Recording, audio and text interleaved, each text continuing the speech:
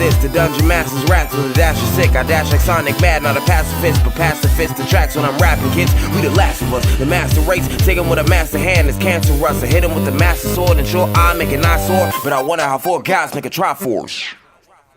Hi guys, welcome to episode number 162 of the Trinity Force podcast. My name is Adam Ponophobia Cogswell, and I am your host for this lovely evening, and all the other stuff that I say every week that I make up on the spot. So, fuck that.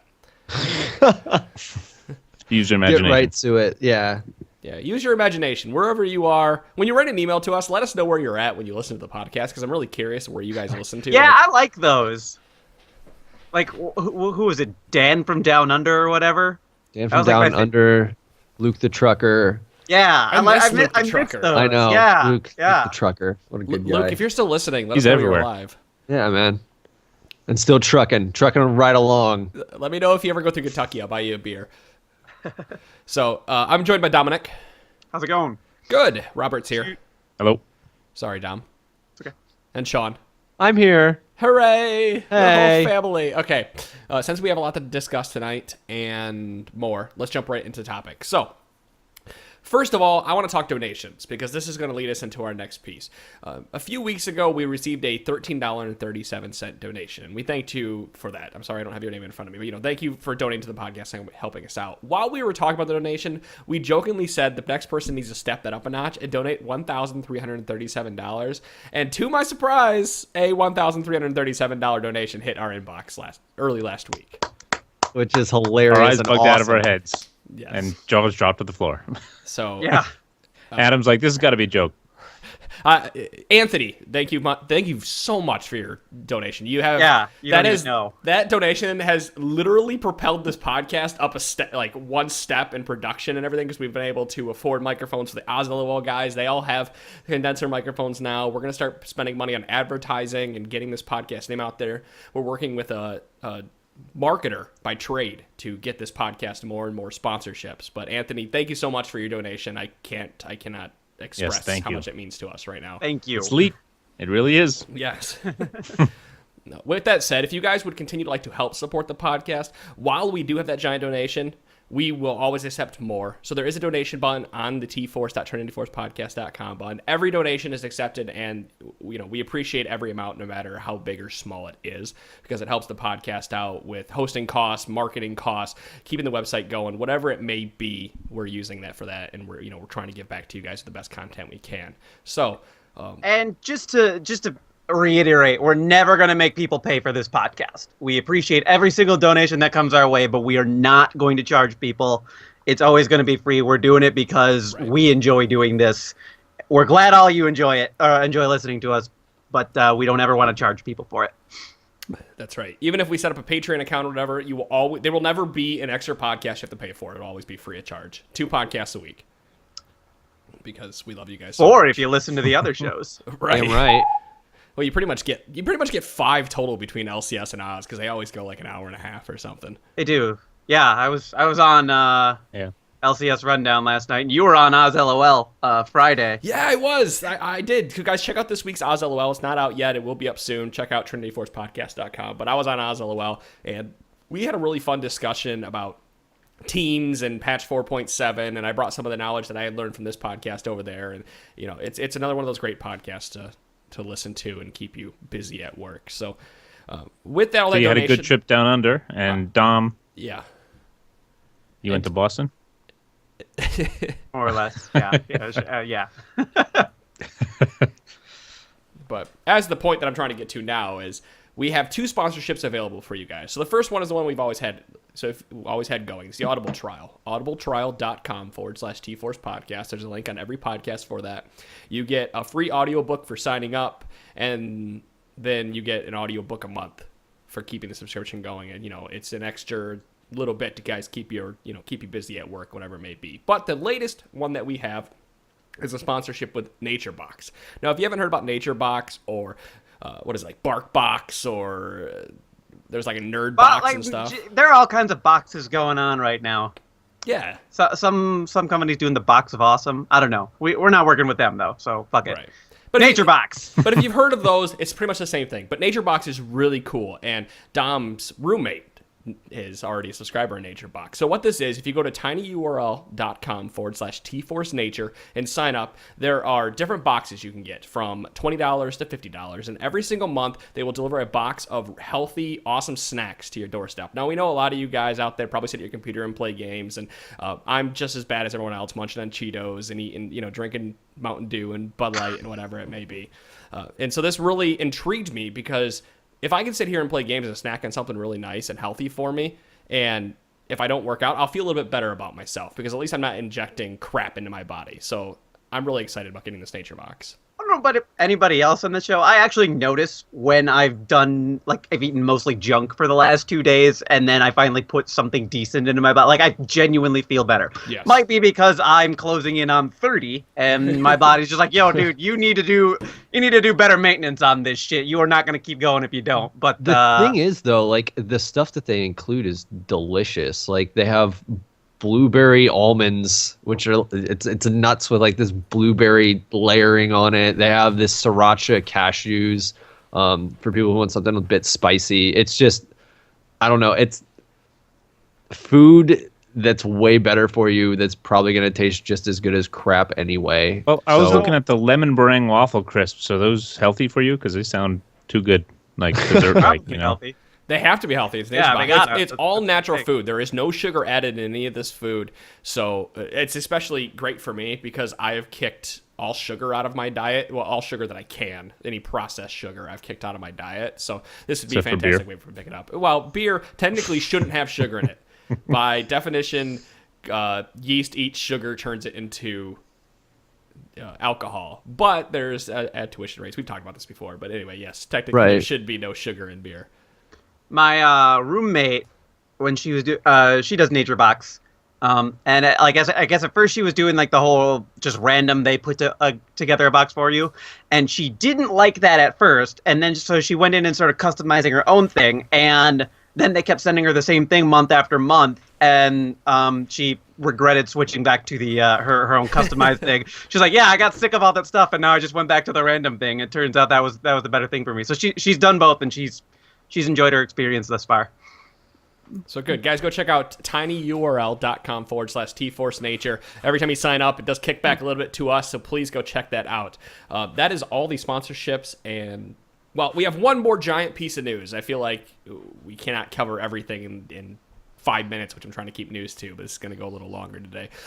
This is your last chance to sign up for the T-Force tournament this Thursday. This Thursday on twitch.tv/T-Force podcast, Victorious Gaming and Trinity Force Podcast are hosting a giant battle arena. Signing up, you could win $3,200 in RP and our Triumphant Rise skin. Second place gets like 2,000 RP, and it goes down a little bit from there, down to fourth place. Everybody gets RP that makes it into the, I would say, semifinals. If you make it Get yourself that new awesome Dragon Slayer pants skin with that RP. That's right. Yes. And it's you can't get it on the sale price though, because that ends on the 21st. Yeah, and but still, it takes a few weeks to get there. So, but you can still pick it up, and it's free RP and a free skin. You guys, to sign up for that, tinyurl.com/T-Force tournament. It's a special tournament. We'll be shoutcasting it, giving you guys tips, and working with Victorious Gaming, who are a bunch of awesome guys, and they run daily tournaments. So please go check out their daily tournaments. Good guys over at VG. Wrecker's been doing a lot and win a lot of RP. Yeah, I want to sign up for one. If Wrecker can do it, anybody can. So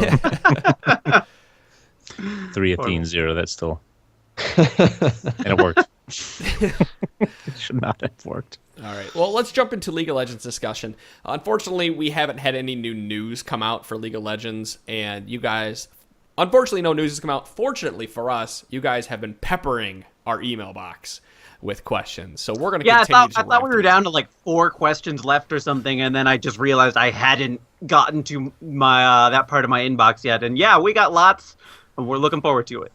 That's right. So yeah, keep sending us questions, feedback at trinityforcepodcast.com, and we're going to continue to go through them.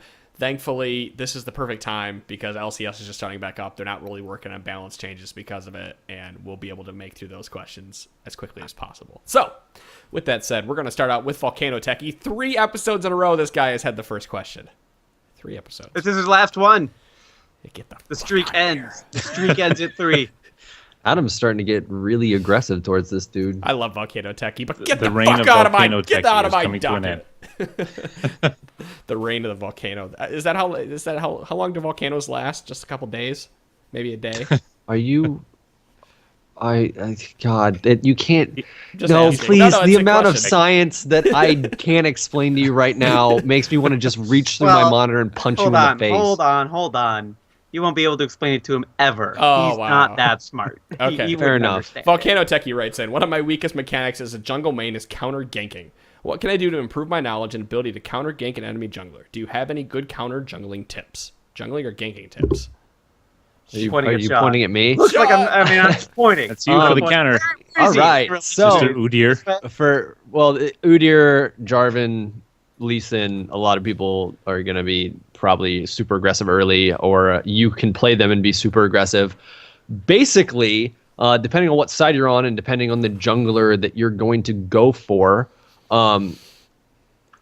you have to look at what your laners are, at which laners that are on your team that either do or do not have an escape.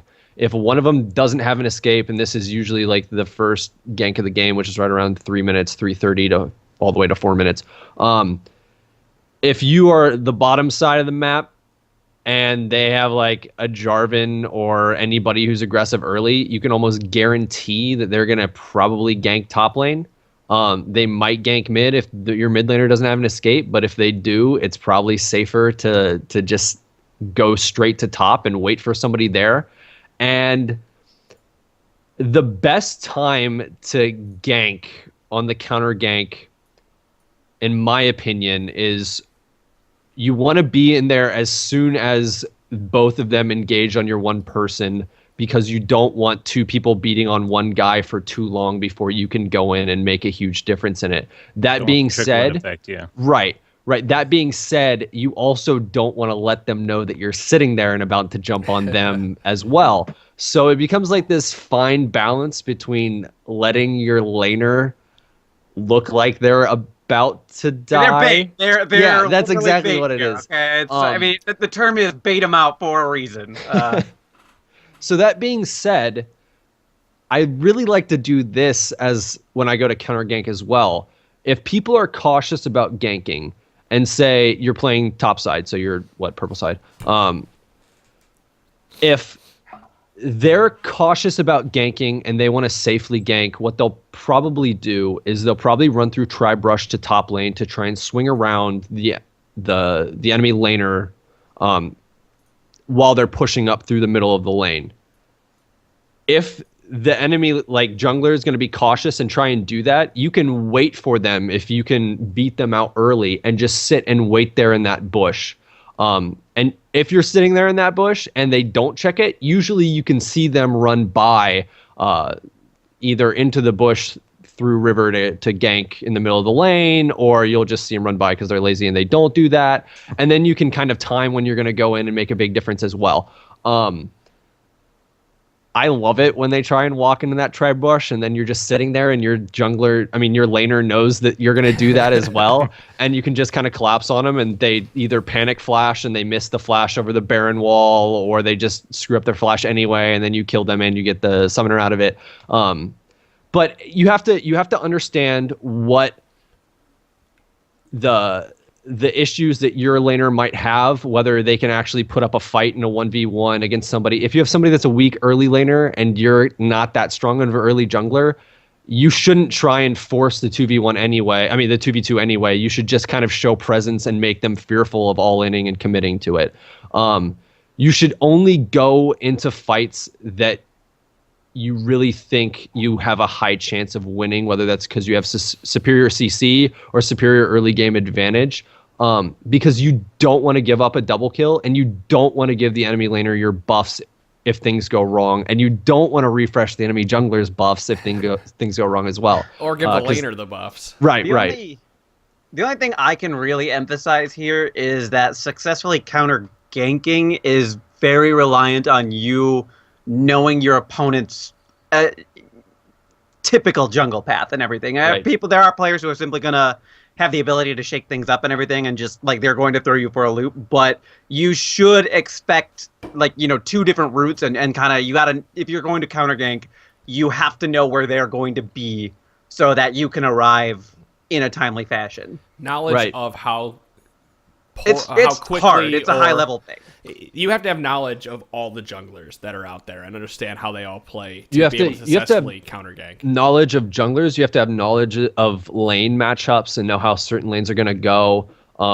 You have to have the wherewithal to know that if your mid laner is a Nidalee or a Fizz, the enemy jungler's probably not going to level 2, level 3 gank them. You know, just because there's not as much kill potential as if somebody for Brand. right. Right. Exactly. There's the most important thing is knowing the matchups, knowing the champions you need to protect. Do you need to protect this champion, or will it be okay if a jungler comes to gank? You don't need to counter gank them. You don't have to waste your time waiting for that ambush. You can just sit there farming your jungle or hit another lane where the jungler most likely will hit because they're vulnerable. Oh no, they're pushed up a little bit and they don't have flash because they had to use it to avoid the last gank. You're going to have to spend some time babysitting maybe, or snowball another lane. Going along with this too, what you can do is you can throw a ward in the enemy jungle and kind of plan, you see so-and-so moving towards top, you can start to position up that way as well. In case something goes wrong, you can be there to save your laner or turn it around and flip a kill out of it. Other thing too that kind of goes around with the whole counter ganking idea is if instead of counter ganking, you know the enemy laner is going to go top lane, turn around, gank bottom lane, and try and take a dragon out of it. There are multiple paths of ways to make one of the ganks that the enemy is trying to use to get an advantage turn into an advantage for you. It's just having the map presence and the knowledge to make something happen. I think a good point to make here is that in solo queue and probably in the mid ranks of solo queue, that you're probably, I won't say you probably won't win a kill. The likelihood of you getting a kill when you counter gank is not nearly as high because you don't have the voice comm to say, I'm Jax, I have E coming up in 1 second. I'm Jax, I have Q coming in 1 second. Continue to follow them as they are running away. A lot of people will, sit on the side of caution and they won't follow the enemy too far because they realize that forcing the enemy out of lane or forcing the jungler back is more advantageous than tower diving and getting a kill. And then they might telegraph if you spam ping there and panic and start running at them before you get there, and they go, oh, something's up, and then back out. And now coming from a laner's point of view, when someone's coming up to gank for you or someone's sitting in that bush, you cannot make any moves that are different than what you were already doing, especially if that person was being very passive in his laning. You cannot just start pushing the wave up to try to to allow your jungler to get into that bush. You have to play that lane exactly like you were playing before because you cannot give them any kind of tip that your jungler is coming in. And junglers, be really mindful of the minions in the lane that you're ganking, because if they have a big wave that's kind of pushing at them and everything, they can't. Your teammate can't easily get through all of those minions. If they try to engage before you get there, that's a shit ton of minion damage that they are going to take, and you're going to lose that gank or counter gank anyway, just by virtue of that.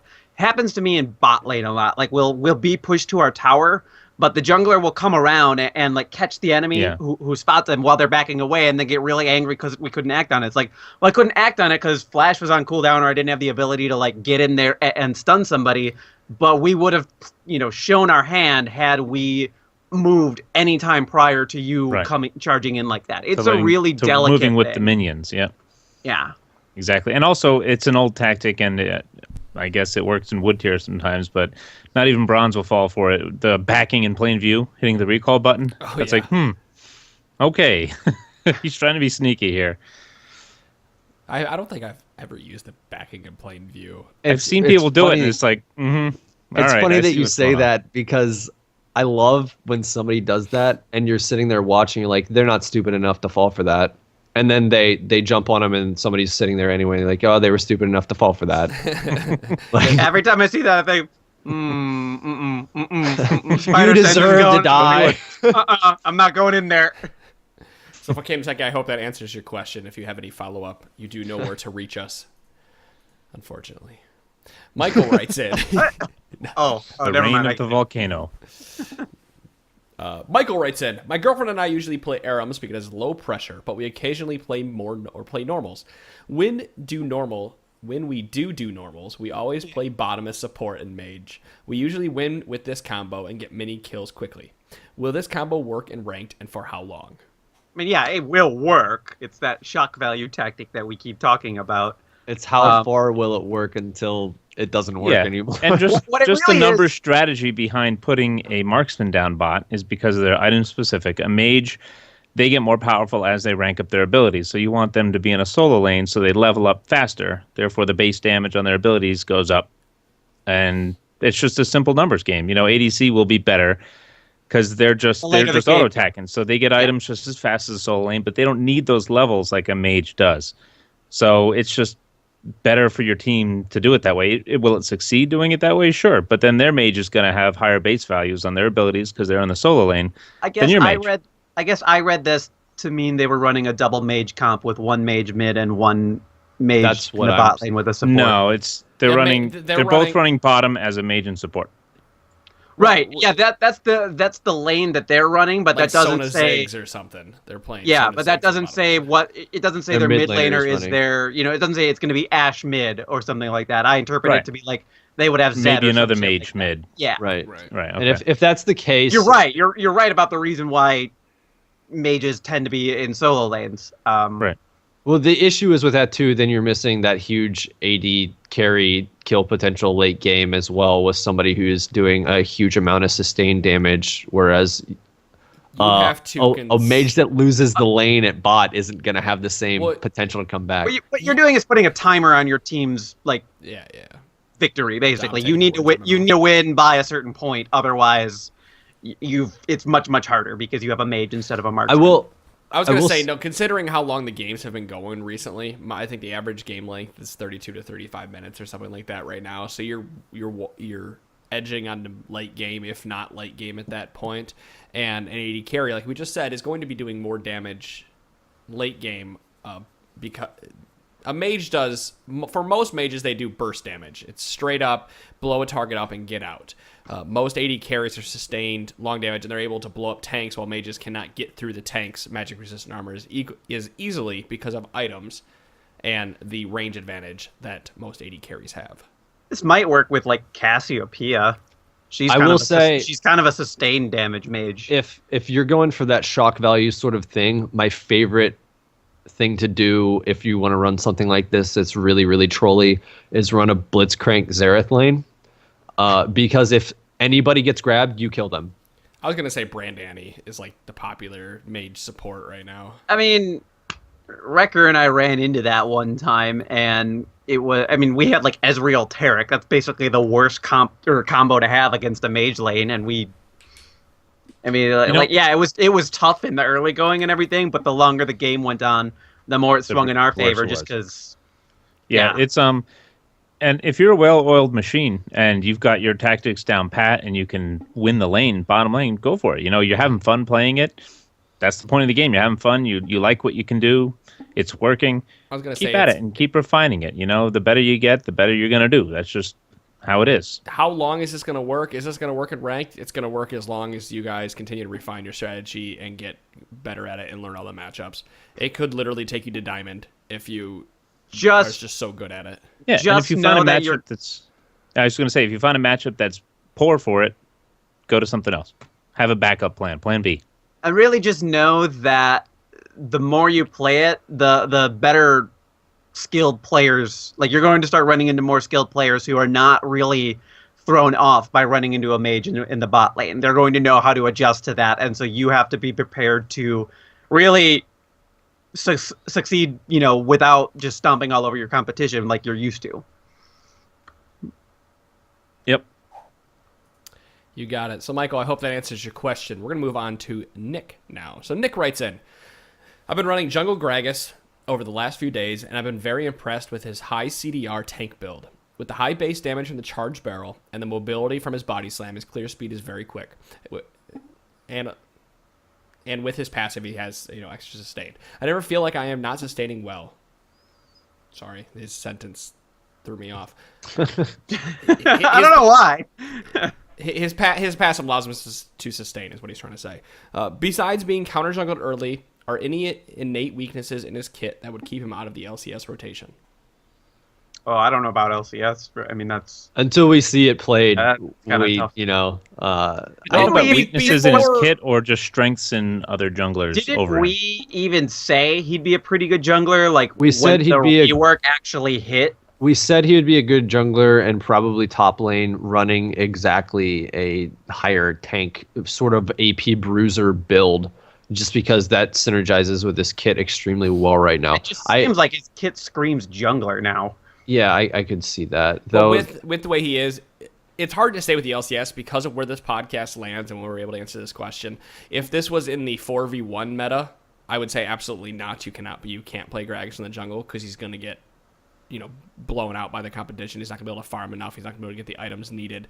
His R is a great initiation tool, but that's about all it is at that point. So that then he becomes like a Nautilus or a J4 or somebody who's running. That's really the question. I think that's worth answering. Is it better to run Gragas over one of those guys? I don't think so. I think those guys are innately tanky or provide more CC than what Gragas provides coming out of the jungle. And it's one of those where Spirit of the Ancient Golem really isn't that great of an item compared to the damage items, allowing the carry junglers to be popular right now. So you can't do those early ganks with those utility junglers because they don't provide enough damage to get the job done. to force plays to happen. I mean, they were running jungle Gragas for a while and everything, and it's not like anything's really changed as far as... Well, his damage just changed significantly. Yeah, but they weren't really... I mean, Was he a high damage jungler in that? Yes. Okay. Because he would run Spirit of the Spectral Wraith, and his R and Q had incredible AP ratios on them, and did more. Yeah, I damage remember that. right off. And so That was another shock And all value his thing. abilities were just stupid as hell. right, and that's exactly it. Like now he brings a stun, but walking out his E if it connects is a stun, but his Q doesn't do quite as much damage as it did before, and neither does his R. So it. I mean, he ganks with a stun and a slow though. That's considerable. Yeah, he can. I'm not saying it's bad. He's not bad. He's not. I don't think he's bad, but He worked. I think will we're saying say- there are better solo picks. queue than he would I, for I will LC. say he is a better AP style jungler than almost every other AP jungler that's available right now. That being said, the only real viable AP jungler at the moment is Elise. So take that as you want to. Tanky still, Right. But she provides a lot to her kit because she has more base damage because of 6 abilities. yeah, she's got an execute and a stun, and Then attack speed increase And escape and and- escape and everything. And his escape closer. is his E. It's a CC. Yeah. if you collide, if you collide with a minion, does it stop? yeah, Is he? It's the first You can't target. go through minions to hit a champion. it's the first target Okay, in, so it's, in a row. yeah, I don't know. Sedge, at least you can go through the minions and hit the champion with your Q. So Right. It's that the Braum factor where the Q hits the first target when you throw it out. So, is he? Got it. but yeah, Nick, you're the one who wrote. Sorry, Nick, you give it a try. Try it in solo queue. I think it'd work in solo queue if you can really get it down and you understand where you need to be and you listen to our tips earlier about jungling and you understand how his kit works. It's But at definitely- an LCS level, I'm gonna say maybe. It's definitely a character and a kind of path people won't expect, and you might be able to get some cheese out of that. So if that's what you're looking for, go for it. Yeah, I don't think he's going to be like the next Wukong or Pantheon, Right. like we saw last split. I mean, we might see him, but it's going to be so like they will have a very, very specific reason for wanting to run Gragas, even if that's just to really surprise the other team. I don't think it's going to be a regular thing. Thanks, But Nick. you need a tank. Oh, You go need an AP. Not a bad choice. The problem fill with the gaps. I think the problem with that is you have to build damage to start with the Spectral See- Wraith, and unlike Elise can still get away with building Ancient Golem. And See, like if do you quite need a bit of tank and you need damage. AP, I feel like just play a Mumu. Yeah. Yeah. Like if that's your if that's your thinking, True. You're trying to find a jungler that's tanky and is dealing magic damage, then play a Mumu. I'm not saying don't play Gragas. I'm just saying if that's the only thing you're in your head, just play a Mumu. Well, that and if you're playing a Mumu, you have less of a chance to fuck up knocking an enemy away and 'cause it potentially stuns them all in saving them, place. whereas a Mumu is just Brutal. going to fuck up everybody. Well, again, we're going to say this probably at the end of every question. Give it a try. Let us know how it works out for you. If you played it in solo queue since you wrote the question in, we want to know. I mean, in the question, he said he did, and he's been happy with it. Yeah, I don't have anything wrong with it. So. No, I don't think it's bad. I just don't think it's going to show up in LCS, and that's really what the question was. I kind of hope we're proven wrong because I like to see those champions. I would Yeah, love he to does see those something things. new. All right. Although last season Gragas was everywhere, the different Gragas. So That's I true. was He sick- has I was had sick his to see him heyday. get picked every LCS game. So All right, Just Casual. I think you're up next. What do you guys think about Riot? Do you think Riot is doing a good job with League of Legends, the game and the community? Do you think Riot is number one? Do you think Riot's number one motivation is profit or the growth of esports and the happiness of the player base? Dom, I have to look at you right now. Meta discussion. You can't move your cursor around when I'm trying to read the question because your name appears above the line and I can't read the question. I have to wait for it to disappear. Meta discussion. So let's talk about Riot. All right. Anybody have any thoughts on Riot right now? How they're I think approaching League of Riot Legends has and done a esports? great job, and to be honest, they've had way more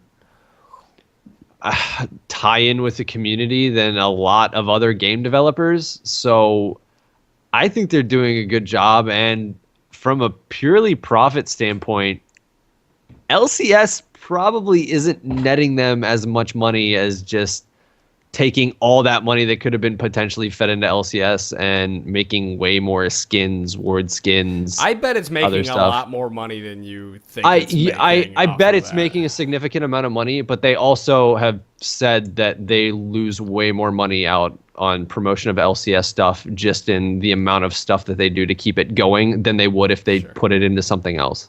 I think their business So- model is brilliant because I'm a cheap bastard and I don't have to pay anything to have a competitive advantage over anybody in this game at all. If I want to dress up Barbie, I can pay some money, but that's it. And it's brilliant because they're successful. People are buying skins. The People are buying problem- boosts. I and have it a works. problem with Riot. My problem is that I feel like they are spending I don't feel like Riot knows what their focus is, or if they do know what their focus is, whether that be esports or the game, they don't have enough in one or the other department. I feel like that they are throwing everything at this esports aspect of it and balancing the game more for the esports aspect of it, changing, little things here and there, while still looking at the player base. Like all this, they're still looking at the player base, but I feel like there's just so much more that they could be having other departments doing and focusing on, like a new game client. It's 2014. We're still running on Adobe Air. We don't have moderators in our chat channels. We don't have a replay system. We don't have all these little bug fixes and tweaks that could go into the actual client. And I realize building it from the ground up is a big, huge undertaking. Especially a game that's already in place with a backbone made of all the crap Isn't that stuff. right around the corner, though? Aren't they slowly rolling out? They've been changes talking to about the replay create thing the new for client like now? 2 years. I don't- Well, I mean Yeah. the new client. They were talking about new sound. Well, they just something that would hired- enable them to have new sounds in the They game. just hired a new guy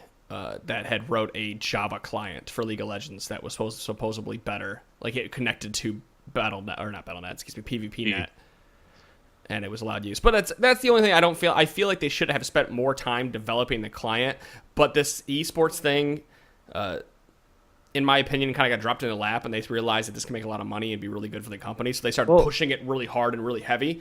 And some of those other pieces that we would want got left behind. Well, at the same part too, they're kind of in uncharted waters as a company as well, whereas like esports has been around, but for the most part it's been like third-party things that'll take a game and then run something with it, like MLG picking up StarCraft or like things like that. Whereas like Riot's taken a huge investment into promoting their game as an esport from their end.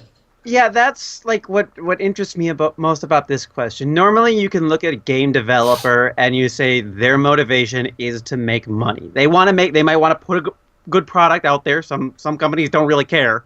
Look at all of the EA. movie tie-in games that you've ever seen. Right. But at the end of the day, every company wants a game to be successful, and money is what determines whether or not a game is actually successful.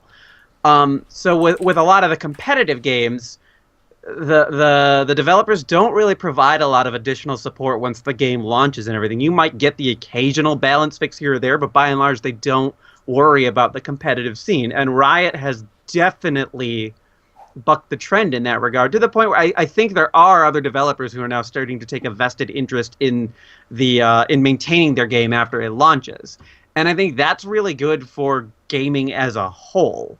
But it also starts to make you wonder, like, what is Riot's motivation here? Obviously, they want to make money. They have to make money in order to stay in business and do all of these other things. We can't ignore that. It's still a business. So whether we like it that they are, more community focused, or they're so invested in esports and everything, they still need to be pulling in money in order to keep this game afloat and going. So it's Riot's in like a very weird different. I mean, they're kind of doing all of these things, and I think they're doing them all pretty well. I mean, the money, I think that they're making money, more money than they know what to do with. I think the other stuff they're doing pretty well, but depending on which camp you would rather see them invest their time, effort, and money, you probably wish they were doing. Adam would like to see more on the game side of things from the client and that type of thing, and I just like to see fixes, like sure. And Optimus Tom on our on the LCS rundown and everything. Tom would love to see more energy and effort thrown into esports, just to pick a name. Sure. So you both are correct. There are more things they could do on either side and everything. And I think despite the incredible success of the game, and alongside that success, the monetary gains of it, I think Riot really doesn't have enough people in there to do all of the things that they want to do, and that's it's honestly is an enviable position to be in as far as a developer goes. Like, oh look, our problem is we have this money and we don't have the people to get the job done, so we have to keep bringing in more people. How many companies get to say they get to keep hiring more people to work on their product? You read about layoffs all the time. If you follow any other game journalism aside from League of Legends, they're moving their building and expanding soon, right? Or they're in the process of moving it. Done it once, probably doing it again. They're opening servers on the East Coast. They're opening, there's stuff going on in Amsterdam. It's crazy the type of expansion and things that they're doing, because truthfully, what DeCloud said, their business model is really good. You don't penalize players, don't get a competitive advantage, but they want to invest because they don't feel like they're buying power.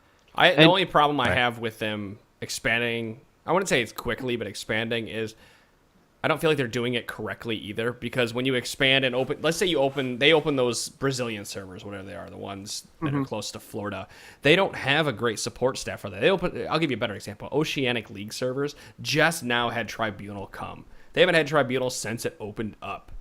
And so players have been able to be super toxic because they haven't had the people behind the scenes to help out with the Tribunal and do their job. Here's the Southeast Asia doesn't have it either, do they? Right, like all those companies don't have. Is there a precedent? Has any other company had to do the type of expansion that Riot's doing? I would say probably not. And this was the other thing that I was gonna. So all I'm saying then is that they might not be doing it as well as you think they could, but they are literally designing the blueprint for this. They're not working off of anybody else's model, so they're doing the best they can with the information they have. Some launches are going to fail, and I would assume they take the information that they learned from the failed launch and try to do the next one better.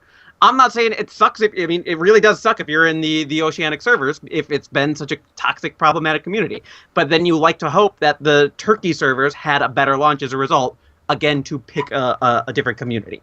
You also need to keep in mind, too, this game also kind of exploded as well. Sure it did. And with a game this large, you can't make everybody happy all the time either. So it's one of those things that one decision that they make is going to piss off somebody somewhere just because there's that many people who are watching or I think playing or whatever. I think they're doing a fantastic job. I think with what they have and what they've been doing, as long as they keep doing what they're doing and they don't make you buy your power in the game, it's going to remain successful. As long as the interest is still there, new champions are still coming out. Skins are great. That's how they make their money, and whatever business model they have, whatever yucks they got up there, crunching the numbers and thinking, okay, we're going to charge this much RP, blah, blah, blah. Whatever, it's working. And they are focusing on esports, and like Dom said, they're writing the blueprint for how to get this to spread globally and to juggle all of this. Like, you may say it's leaned more towards the esports side of things, but, you know, Mark Trinity Merrill, his right arm's a lot stronger than his left arm. That's where he's going to focus it. So, I mean, and like if you think about it, I'm okay with that's that. right now. You know, in season 4, it feels like they're focusing more on esports. But for seasons 1, 2, and you know, at least part of 3, they were definitely more focused on the actual game side of things and everything. During season 1, you know, esports was really just an afterthought. Yeah. You know, they Season made 2, they we had made a the champion every 3 weeks, I think it was. every 2 weeks It for was the every majority 2 of the year. weeks. Okay, yeah. You know, and during season 1, they had 2 champion releases on the same day. I You know, remember when for a people stretch. were upset when it got to be one champion a month. Like, I mean, the roster is What? so comically large at this Yeah. point that it's. I'm very much okay with the slowed down pace and everything. I would rather yeah. see well-designed, interesting champions than a large volume of champions that are 2 different versions of the Well, same Riot thing. has come out and said the only way to truly fix this game is to go back and break it down and start it over again. And we've talked about that in the past, where they've said that season 2, every champion every 2 weeks has been problematic for balancing the game and making an esport, because they brought such a large roster with similar, you know, the champions had similar ideas or abilities or ratios. And stuff with champions that worked back in the day, they can't exactly tweak right now to make them come into contention either. Like champions like Poppy, who they've said has an extremely toxic like impact on a game if she gets out of control. So if you buff her, her laning potential, she's going to be invincible late game. Things like that. They need to go back and fix some issues to kind of get rid of those problems. What I really do like about this game is how you're not penalized for not owning the latest and greatest champion, you know, the newest member of the scene and everything. If you only have like the base, like the original 20 champions or whatever it was, you can still play this game at a perfectly acceptable level. Sure.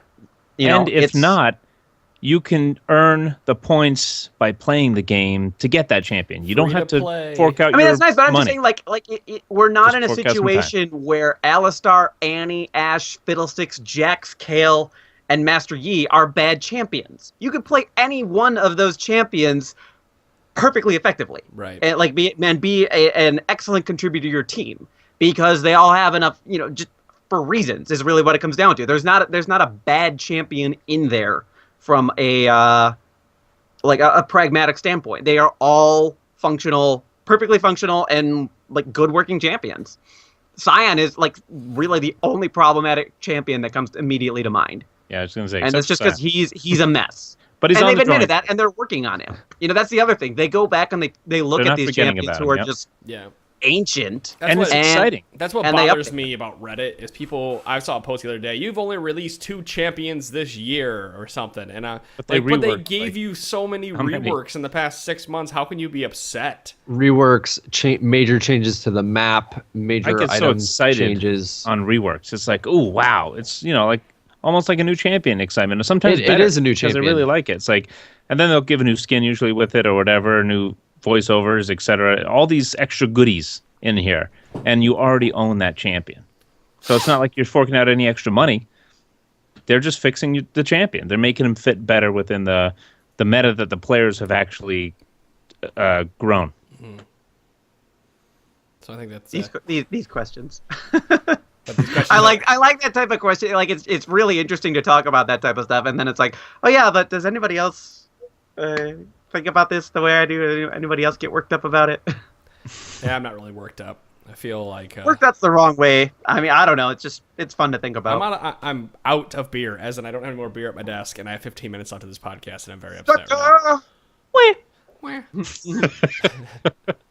Okay, next question, I suppose. Lance Michael writes in, I think Quinn is a largely untapped champion because she's most commonly compared to the wrong subset of champions. She's billed as a marksman, but she's most successful at the top lane, and by and large, that's where you see her, and you encounter her on SR.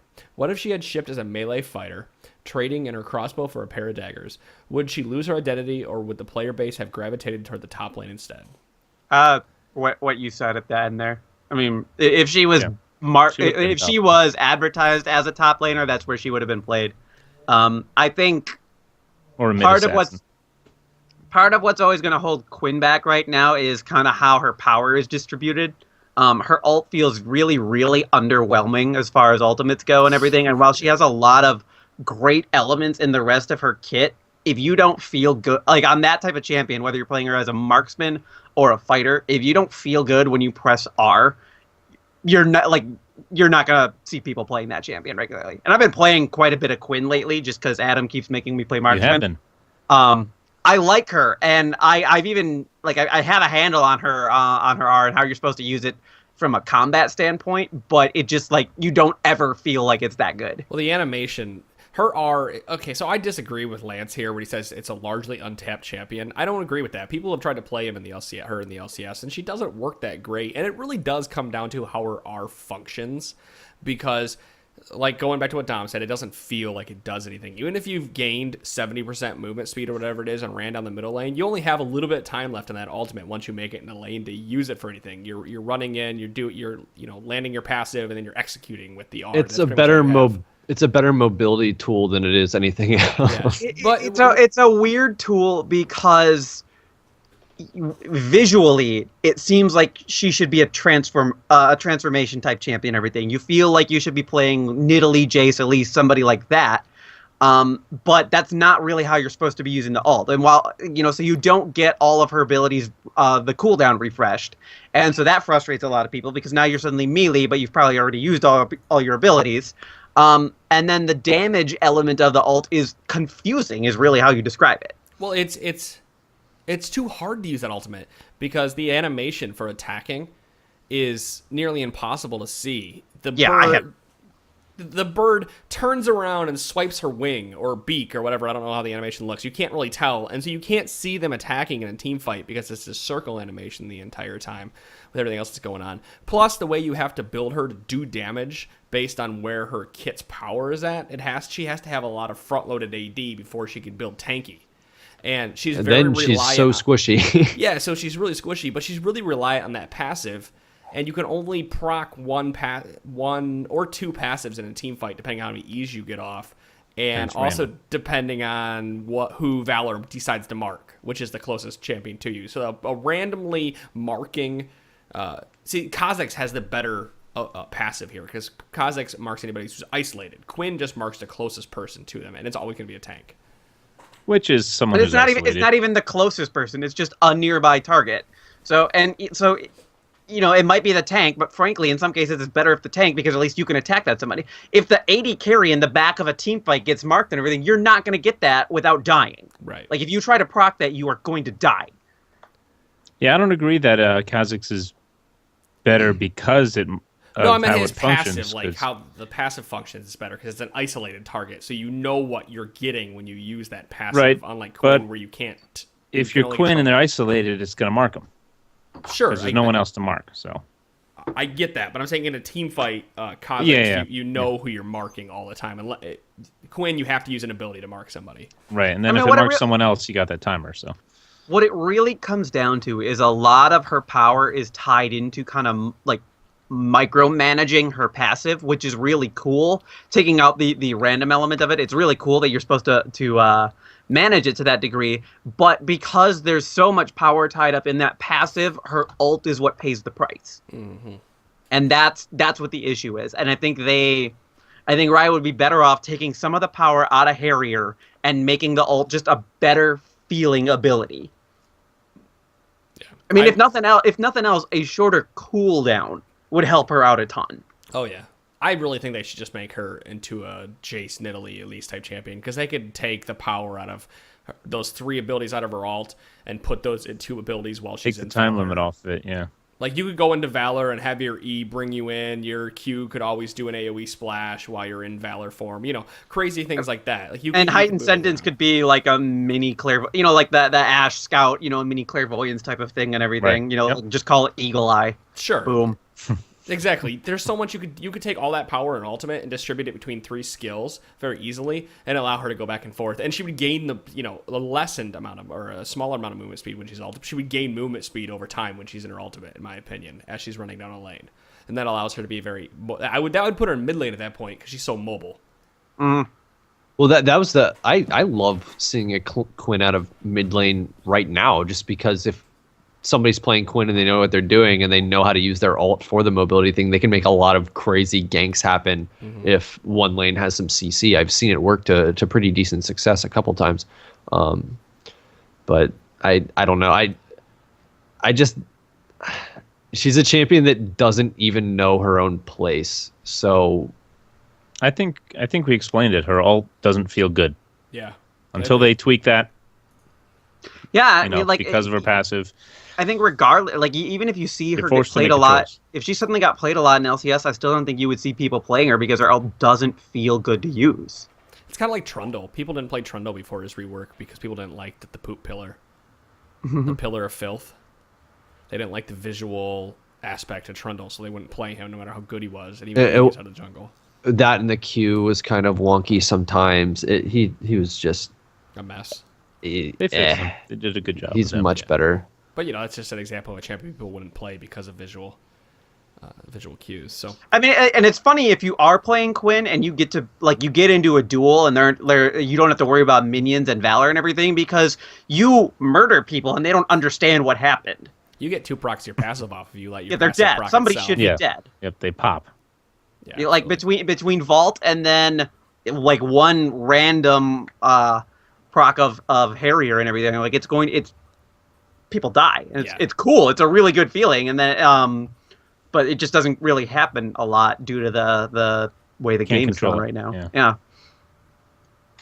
All right, Chad. Looks like you're up now. Thanks a lot for Lance for writing in. Hopefully you enjoyed our discussion on Quinn there. It's much different than what you had thought, but that's how we look at this game. So, Chad, you write in. Have you guys seen an increase in rage quits and toxic behavior of the LOL community this season? Well, I play with Adam and Sean, so yeah. I have actually, yes, but I I have haven't not played. really I've only been this playing season. ranked a couple months last season, so a lot this season, and there's a lot of it.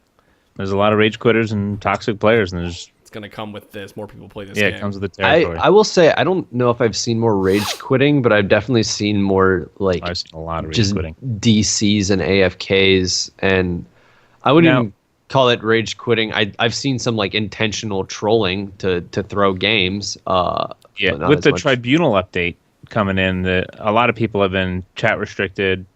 They're improving Lever Buster to be more strict. So I'm afraid maybe I'm going to log in and my client is going to Oh yeah, your I chat's gonna hope be it restricted happens. probably. But I had a buddy who hadn't played in months, and his chat was restricted. He's like, "What? I haven't even played this in months. What the hell?"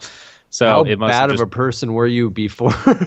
he must have said dropped an F-bomb or something. But anyway, this might change. I'm hoping. I really have high hopes for this, but when it happens, it's frustrating, and there's not much you can do about it. I don't know.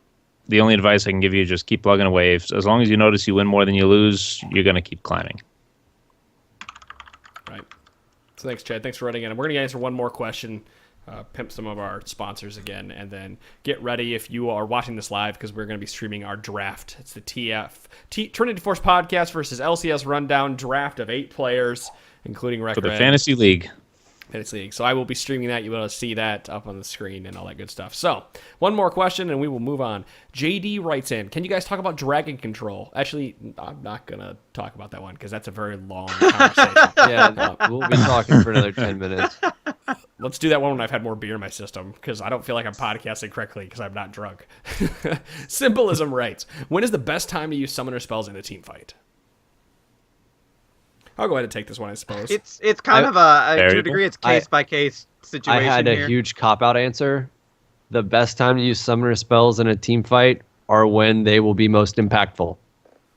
You Wow, can't that was- really say much more than that. Like, when do I So, use like- exhaust? When Okay, the so you use exhaust when someone has dove onto a high When priority Trinity target. jumps on your AD carry, that's when you exhaust. Well, yeah, you exhaust the high Or do you wait till priority he's assassin that has jumped on, or excuse me, you exhaust the assassin that jumped on a high priority target like an Ari or something. You use barrier when somebody is pounding away at your face, and you know you need an extra second to get out of the team fight. See, like, there are two ways you can look at barrier. You can look at barrier as the thing that's going to buy you time at the end of the fight, or you can look at it as something to absorb all of this upfront damage coming at you. Mm-hmm. Like, When it you works get the two different Harrier, ways. use It's the not, barrier.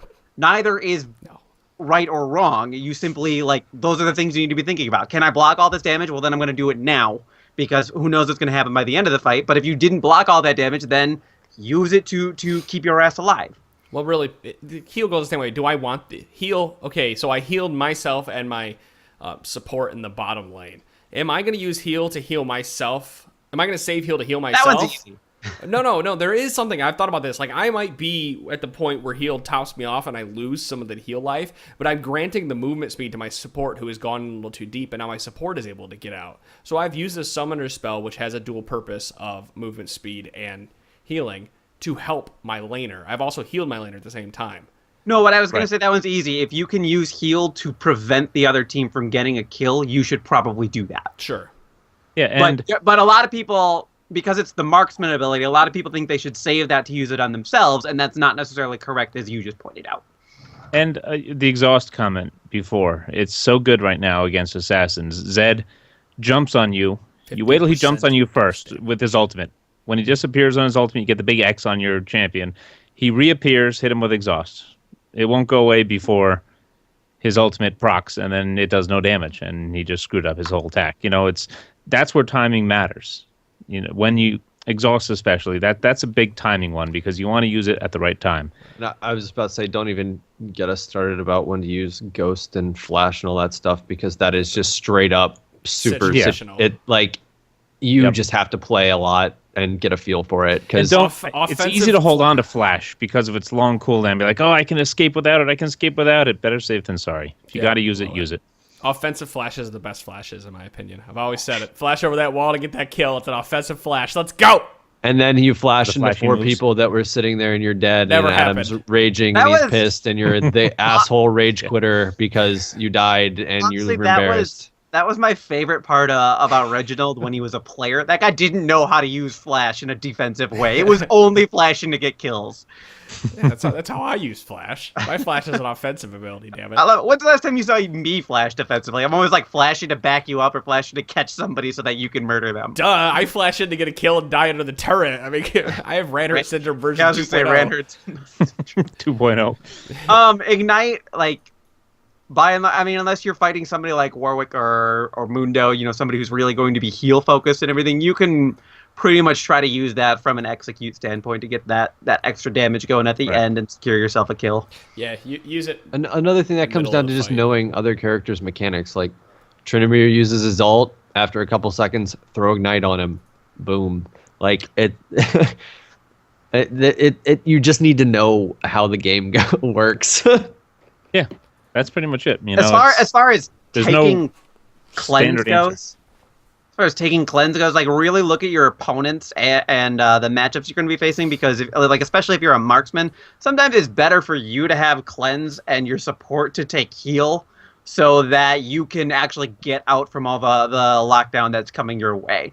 It's not an issue in the majority of the games that get played, but every now and then, like when I'm playing with Adam or my brother, I'll just be like, you should take cleanse right now, because we're not going to be On a we're marksman, not going right. to be able to deal with that. You're 'Cause going a to lot of die teams otherwise. rely on that hard CC on the marksman to get the kill, and you just totally pissed in their Cheerios by hitting cleanse. Especially when your marksman is as bloodthirsty as Dom's brother and needs that extra cleanse to finish murdering people. Bloodthirsty. Well, Yep. the best is like once a game when he takes cleanse, he's like, "Fuck, I forgot I had cleanse. We totally could have won that." I'm like, "Yeah, that's why I told you to take cleanse. It's because I knew you were going to play like that." And then the rest of the game, he's fine.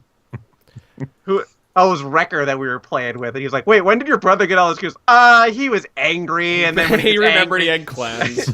No, it wasn't that. It's like he got angry, and when he gets angry, he starts killing everybody. It's Oh, and here's a good case on when to use Ghost. If you're playing Olaf, try to save it for when you're ulting, because you can't get slowed down, and you can Run just really murder people. fast. Run really, really fast, and they can't do anything about it. So I have to kill this conversation because I keep hearing thuds and shit going on in my house, and who the hell knows what's going on. you got a gun? No, I don't need one. I have. You got your guns? I have my guns. That's what I was going for. I couldn't remember what does Chuck Norris call his fists? Does anyone I don't know. Well, I have shock and awe, so let's go. All right, misfortune. You're so funny.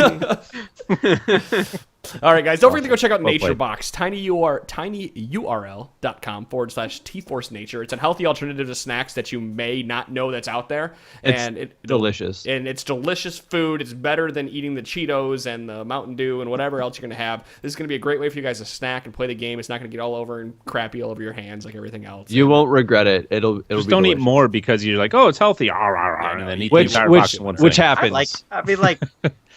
So yeah, these Or wait, boxes. NatureBox wants I like us to how say these eat more. things- Okay, eat more and order more. These boxes are $20 to $50 depending on which one you choose. You get more items the bigger the box you choose, and you might even get. I don't remember. I have to go look. Do you get other premium items if you pick the bigger boxes?